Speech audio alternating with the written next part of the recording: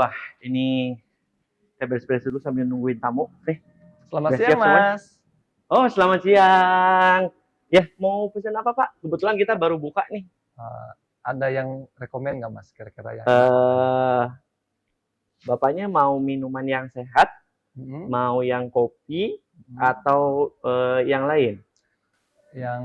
Yang sehat tapi menyegarkan, Mas. Oke, ya. Kita punya beberapa jus, ya. Ada Boleh? jus mangga, Mm. jus strawberry, ada campuran beberapa Oke, buah-buahan juga ada. baik. Ya. Saran Mas yang enak apa? Yang ada aja lah, Pak ya. Siap. Ini soalnya kita juga lagi pesen, ya, Boleh. lewat kendaraan online tapi. Ya.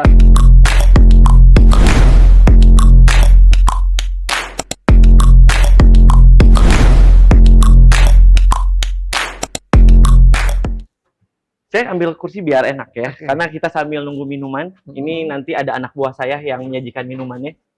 Iya. Ini kalau boleh tahu, Bapak dengan Bapak siapa? Dengan Taufik, Mas. Oh, Ya. Pak Taufik. Pak Taufik aktivitasnya apa sehari-hari? Sehari-hari saya aktif jadi dosen, Mm-mm. mengajar di kampus di Pari. Oh, oke. Ya, Pak, kalau ngobrolin kayak gini di suasana kayak gini gitu ya, dan kebetulan Bapak juga dosen, Ya. dan kebetulan saya juga lulusan dari kampus pariwisata juga, Iya, iya, gitu. iya, Yang pada iya, akhirnya iya. saya dapat kepercayaan buat mengelola bar ini, Pak, Oke. gitu. Tapi kalau berbicara tentang apa pelajaran di kampus gitu ya, kalau menurut Bapak sendiri sebetulnya apa sih yang lebih penting? Ini nggak apa-apa kan, Bapak Nggak apa-apa, nyantai kan di nggak sini ya? apa-apa. Ya, saya senang malah jadi kita bisa bertukar pikiran ya, Heeh. kita diskusi.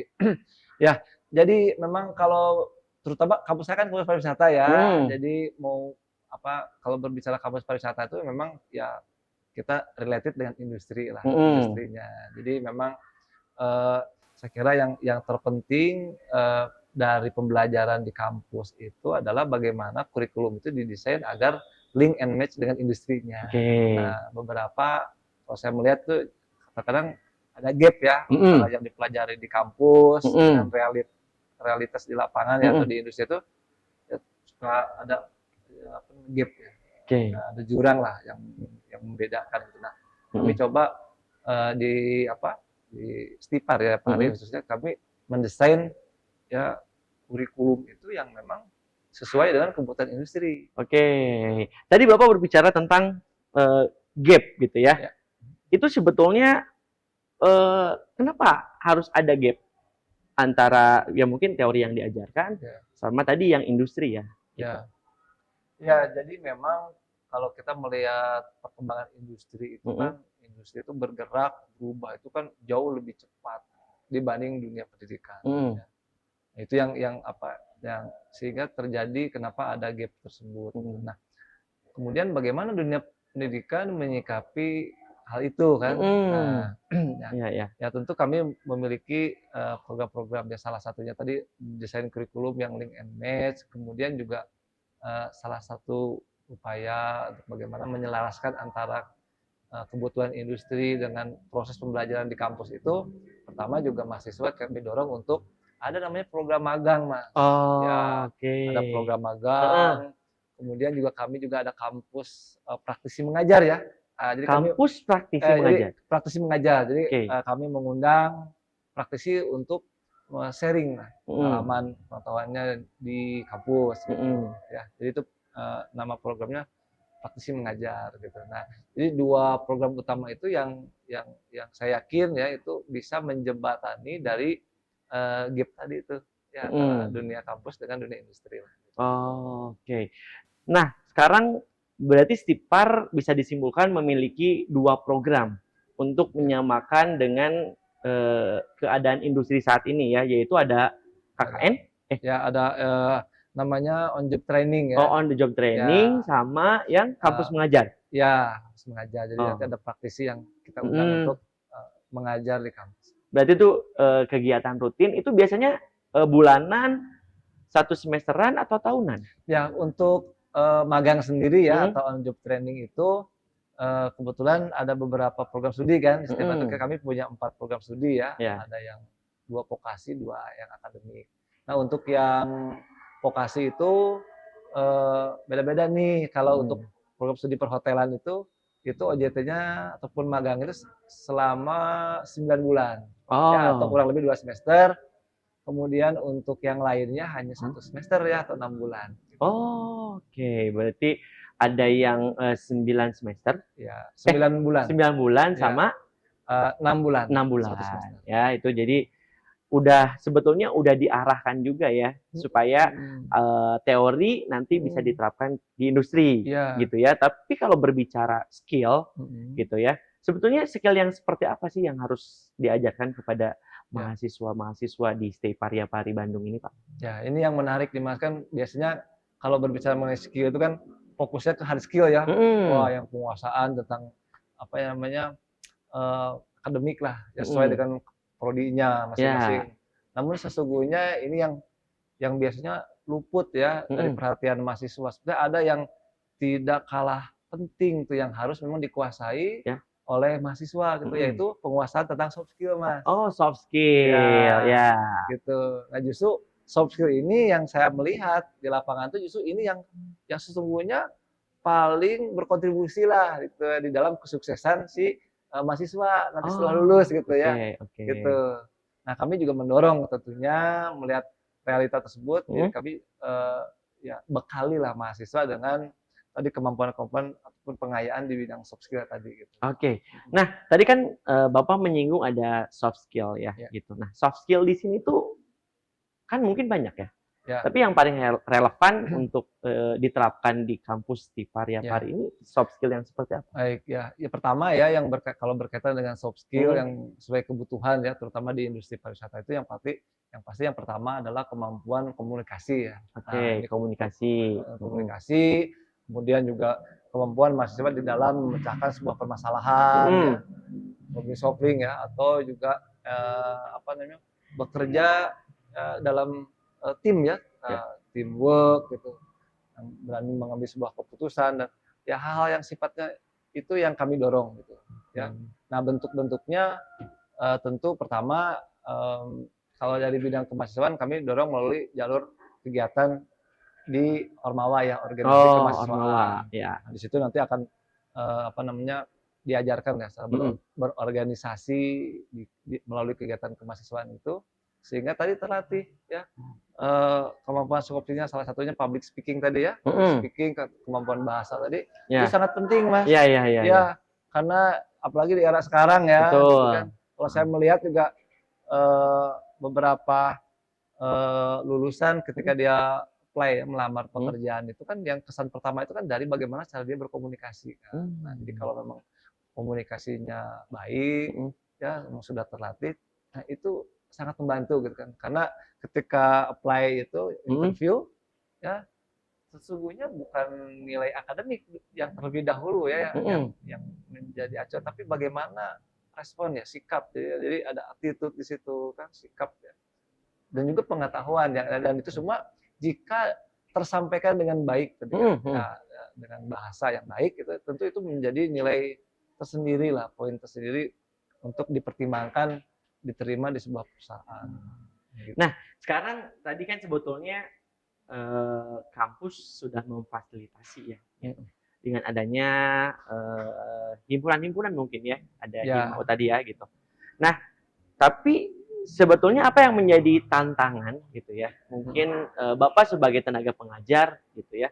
Tantangannya apa sih ketika akan mengajarkan si skill non akademik ini kepada mahasiswa? Baik, ya tantangan saat ini kan ya kita dihadapi oleh generasi Z atau Gen Z ya. Nah, di mana kalau saya melihat tantangan terbesar itu kan mereka sebetulnya lebih ya apa namanya itu? Lebih cenderung ya kalau dibilang selfish sih tidak ya mungkin lebih ke dengan dunia anteng dengan dunia sendiri lah, artinya ya empati agak kurang lah gitu ya. Dan juga kalau saya melihat apa ya mungkin senangnya di zona nyaman ya, artinya sudah anteng karena di dunia gadget ya dia lebih suka apa nongkrong, scroll medsos gitu, dibanding dengan kumpul-kumpul bersosialisasi dengan teman-temannya melalui organisasi. Nah, saya kira itu tantangannya gitu.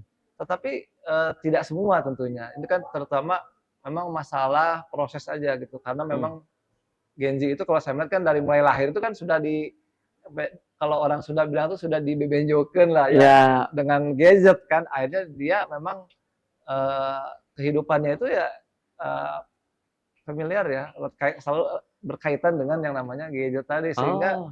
berinteraksi sosialnya agak kurang nih. Ah, iya, iya, iya. Nah, kami coba melalui pendekatannya Heeh. beberapa komunikasi dan juga melalui regulasi tentunya ya kalau di Istipar tuh kami juga ada surat edaran lah yang berkaitan Oke. dengan kewajiban mahasiswa untuk berkegiatan di organisasi kemahasiswaan dan itu sebagai credit point ya, sebagai credit point untuk nanti di akhir perkuliahan itu sebelum dia ujian sidang baik tugas akhir maupun skripsi itu nanti ada surat keterangan pendamping ijazah ya atau SKPI sebagai salah satu syarat untuk nanti dia ujian baik skripsi ataupun tugas akhir. Ya, ya, ya. Nah, jadi SKPI itu ya diperoleh dari keaktifan di Ormawa ya, organisasi kemahasiswaan gitu.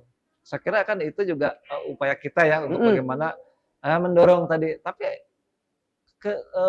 saya lihat ketika mahasiswa sudah menekuni ya, dia udah terjun dan bergabung di Ormawa, ternyata dia fine-fine saja gitu. Banyak hal-hal yang mungkin dia juga ingin mengekspresikan ya, minat bakat gitu kan melalui organisasi kemahasiswaan ini gitu dan mungkin itu masalah komunikasi saja sih, sosialisasi yang penting dan memang tadi kan tantangannya itu ya organisasi kemahasiswaan juga harus berbenah ya. Artinya bahwa organisasi cara-cara lama itu saya kira sudah tidak bisa digunakan ya saat ini. Jadi bagaimana organisasi itu harus memberikan ruang untuk berekspresi, wadah dia juga untuk diterima ya, nanti dia nyaman gitu kan.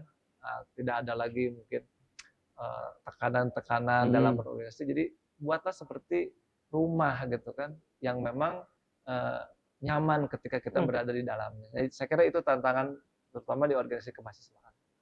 Nah, tapi kalau misalkan tadi Bapak mengatakan bahwa ada beberapa kendala dalam organisasi gitu ya. Nah, bagaimana Bapak gitu ya sebagai dosen mensosialisasikan dan juga mengajak Gen Z ini untuk berorganisasi dan mensosialisasikan bahwa organisasi itu menyenangkan dan harus meninggalkan cara-cara lama itu seperti apa? Ya. Jadi yang pertama itu kita ada internal dulu ya. Jadi penguatan internal itu melalui kita rapat, biasanya kita ada ngadakan ini Mas rapat koordinasi dengan para pengurus Ormawa gitu kan, minimal ya 1 semester sekali lah gitu kan. Nah di situ kita banyak hal yang dibicarakan gitu kan, termasuk juga mungkin kendala-kendala ya, hambatan-hambatan selama mengelola organisasi. Nah di situ kami memberikan pembinaan sekaligus juga pengarahan. Nah, salah satunya ya tadi ya seperti bagaimana sih solusinya gitu kan agar meningkatkan animo ya ataupun tingkat keaktifan daripada mahasiswa. Nah, salah satunya tadi secara regulasi kita sudah buatkan surat edarannya. Kemudian langkah tindak lanjutnya apa nih gitu kan. Nah, kita sosialisasikan bahwa manfaat tadi gitu kan masalah kenapa kita harus aktif di organisasi. Salah satunya itu membentuk karakter ya, membentuk karakter di mana dalam organisasi kemasan itu kan kita nanti akan banyak belajar tentang tadi soft skill tadi yang kita itu apa namanya kita sampaikan bahwa itu sangat menunjang nanti ketika kalian di dunia Industri kerja gitu ya. ya atau di industri gitu. Nah, kita berikan juga contoh-contoh success story ya dari para alumni gitu kan dan ataupun dari tokoh-tokoh yang sering kita lihat di layar televisi mungkin ya saya katakan bahwa tokoh-tokoh yang mungkin kita kenal selama ini juga itu mereka sebelum terkenal seperti saat ini itu awalnya itu dari organisasi gitu kan, dari organisasi kemahasiswaan. Rata-rata yang aktif di organisasi itu ketika lulus kalau saya melihat itu hampir rata-rata dia sukses lah di bidangnya masing-masing gitu ya. Dan ternyata kalau kita adakan transfer study ya kita bagaimana tanya kan pengalaman-pengalaman selama di kampus dan juga pengalaman sekarang di dunia kerja atau di industri ya hampir rata-rata mengatakan bahwa ternyata aktif di organisasi itu sangat bermanfaat ya, terutama membangun kepercayaan diri yang dari soft skill tadi gitu kan. Gitu. Karena kan tadi ya selain kemampuan komunikasi, public speaking juga ada kemampuan problem solving, dan yang tidak kalah penting tentu yaitu berkaitan dengan leadership gitu kan. Ya melatih kepemimpinan itu Ya, kan tentu kalau yang sudah berorganisasi kan heeh, udah biasa lah gitu ya, kan. Nah ini yang apa, yang sangat dirasakan manfaatnya oleh alumni ya, mhm. gitu, dari proses pembelajaran selama kuliah. Oh, Mhm. sebetulnya, Sipar ini berarti sudah mendukung ya, Sudah. kebutuhan mahasiswanya supaya, mereka siap nanti terjun ke industri ya, Mhm. baik secara teoritis materi secara teori mungkin ya Mhm. gitu, ataupun juga soft skill-nya. Udah Iya, ada jalannya masing-masing ya. sudah ada Tapi jalannya. kalau berbicara untuk, metode pembelajaran yang selama ini Mhm. berlangsung gitu ya, menurut Bapak sendiri apakah memang sudah, sesuai gitu ya atau, metode pembelajaran ini sebetulnya sudah mendorong mahasiswa untuk aktif gitu atau untuk kritis? Ya.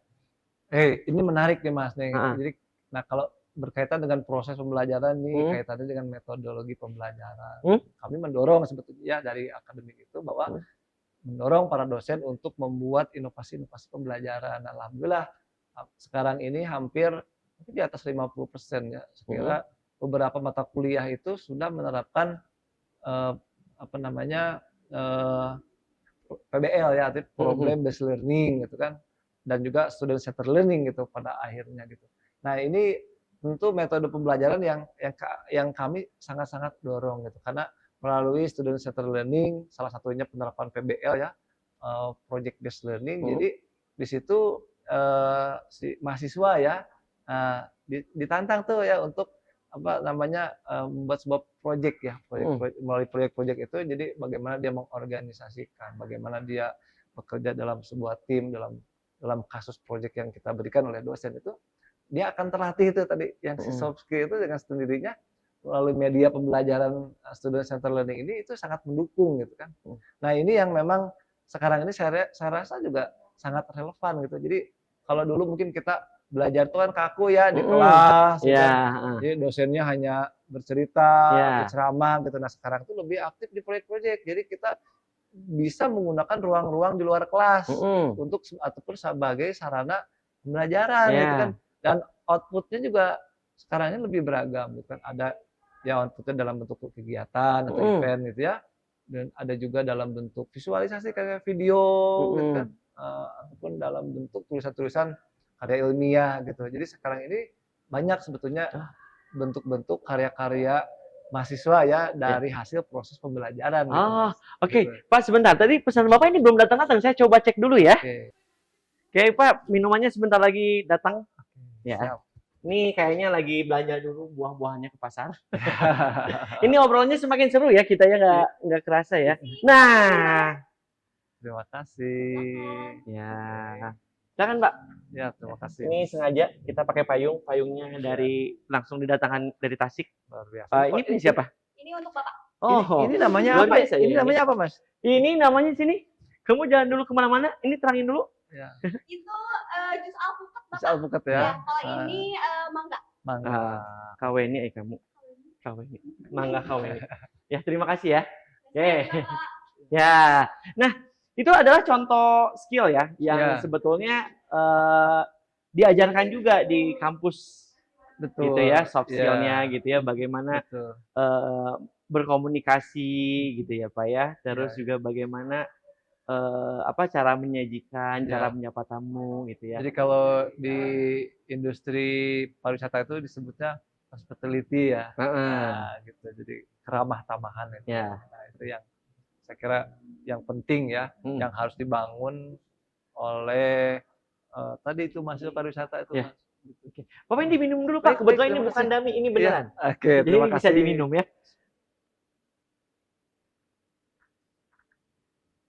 Alhamdulillah ya. Akhirnya minumannya datang juga. Minumannya kepanasan makanya dipayungin terus. Iya, iya, iya. Oke. Pak, ini tapi kalau Ya. dalam metode pembelajaran yang tadi diceritakan gitu Mm. ya. Ini yang memiliki tanggung jawab besar itu sebetulnya siapa? Apakah dosen atau pimpinan kampus gitu ya? Iya. Atau mahasiswa itu sendiri sebetulnya? Oke, sebetulnya kalau berbicara kurikulum itu kan Mhm, tentu semua stakeholder itu terlibat gitu kan. mhm, Nah, jadi kebijakan kebijakan itu tentu ada di bagian kurikulum ya. Heeh. Nah, kemudian yang memahami konten, isi dan lain sebagainya tentu koordinasinya yaitu Kaprodi tentunya ya, koordinasi Kaprodi. Nah, Oke. berkaitan dengan masalah teknis ya, Mhm. isi, metode dan lain sebagainya itu tanggung jawab sudah ada di dosen yang bersangkutan. Ya, Oh. makanya memang kami mendorong ya Mhm. agar si dosen itu kreatif ya. Jadi Mhm. menciptakan inovasi-inovasi yang baru di Mhm. dalam proses pembelajaran gitu. Jadi Mhm. memang apa namanya yang mendorong di dosennya gitu kan, Mhm. di dosennya. Tentu bahwa efektivitas keberhasilan itu tentu ada di mahasiswanya. Mhm. Tapi ya di sini peran dosen sebagai fasilitator itu tentu sangat menentukan daripada hasilnya nanti Oh. gitu. Nah, tadi kan, kalau ini seperti terpisah ya, Pak, ya, gitu. Soft skill ya kalau, mahasiswa ini mau jago soft skill ya ikut organisasi, gitu ya. Kalau mau pintar di teori ya harus kuliah. Tapi Ya, bagaimana caranya si ini tuh bisa berjalan beriringan gitu loh, Pak. ya, Jadi, tanpa mengubah kurikulum, tapi pelajaran di kampus juga bisa ya, mengajarkan soft skill, itu ya. gimana? Jadi kami pun tiap semester itu biasanya ada apa mengundang ya, ya Mhm. berkaitan dengan soft skill tadi. Mhm. Contohnya ya ada berkaitan dengan public speaking ya kita nanti ada mengundang kan Mhm. orang lapangan yang Ya. memang memiliki kapasitas ya kemampuan dan juga wawasan berkaitan dengan public speaking. Jadi ada Mhm. pelatihan-pelatihan untuk Mhm. mahasiswa gitu Ya. kan. Kemudian juga untuk grooming nih Mas dari Mhm. kami juga beberapa melalui Ormawa itu mengadakan yang namanya workshop ya, Mhm. workshop berkaitan dengan ya bekerja sama dengan salah satu brand lah Mhm. kosmetik. Jadi cara make up tuh ya, make up. Jadi Oh. kami sampai hal-hal detil Heeh. bagaimana cara bermake up itu Ya. kami pelajari itu. Ya, jadi Oh. kami undang juga gitu Heeh. berkolaborasi dengan brand kosmetik tadi ya Ya. untuk memberikan keterampilan lah kepada mahasiswa bagaimana merias yang karena itu kan bagian ya Mhm. apa soft skill ya berkaitan dengan merias ya, Mhm. wajah dan sebagainya itu. Nah jadi pelatihan-pelatihan dan juga hal-hal yang lain juga sama ya tentang kewirausahaan kami juga intinya bahwa eh, mensinergikan antara yang tadi penguasaan soft skill dengan hard skill itu ya caranya tentu ya kami tadi selain diintegrasikan di kurikulum juga kami tadi berkolaborasi dengan dari industri ya Oh. kami hadirkan Heeh heeh. gitu untuk memperkaya Ya. soft skill tadi gitu sampai hal-hal yang contoh nih mas kami juga pernah mendatangkan dari HRD nih Oh. karena ini kan tadi sangat penting ya jadi Heeh. bagaimana sih uh, tips and tricks ya Mhm. ketika kita melamar pekerjaan ya Ya. dan di interview nih Heeh. agar agar kesan pertamanya baik dan Mhm. kita bisa meyakinkan Mhm kan mhm mhm. HRD itu. Nah kita undang tuh bagaimana apa namanya tim HRD ya Mhm. dari industri kita undang untuk memberikan keterampilan dan pengetahuan kepada mahasiswa itu contoh berkaitan dengan bagaimana sih membuat CV Oh, ya itu menulis juga diajarkan ya? ya membuat Heeh. CV surat Iya. lamaran ya termasuk juga trik-trik ya tips yang berkaitan dengan tadi interview gitu. Oh. Nah itu salah satunya mas gitu. Nah, sekarang sebenarnya tantangan apa nih yang dihadapi oleh si Pari Bandung gitu ya untuk mempersiapkan lulusannya biar siap, terjun ke industri atau ke dunia kerja? Ya memang sekarang ini tantangan yang kami rasakan tuh tentu Mhm. kan sekarang era persaingan ya. Mhm. Salah satunya juga berkaitan dengan masalah teknologi nih ya. Karena ke depan saya kira apapun juga selalu berkaitan dengan perkembangan teknologi Mhm. daripada industri ya. Nah, Mhm. kami mencoba nih apa namanya menyikapi hal tersebut ya tantangan-tantangan tersebut pertama penguatan daripada digitalisasi Mhm. dalam proses pembelajaran. Alhamdulillah nih setiap berarti tahun 2025 itu mendapat Ya. hibah dari Dikti Heeh. melalui program PPTS itu Mhm. untuk apa namanya, mendapatkan bantuan peralatan ya berupa media elektronik ya untuk proses pembelajaran digital. Mhm. Nah itu salah satu upaya untuk kita bagaimana bersaing Mhm. agar lulusan kami itu juga dibekali oleh pengetahuan tentang dunia teknologi ya. Oh, oke Oke. oke oke. Yang kedua Heeh. juga kami menjalin jejaring ya Mhm. kerjasama internasional Oh. gitu. Jadi yang sudah berjalan itu yang pertama yang berkaitan dengan program penempatan kerja dan juga magang tadi itu, Oh, heeh. job training. Ya, Oke. jadi kami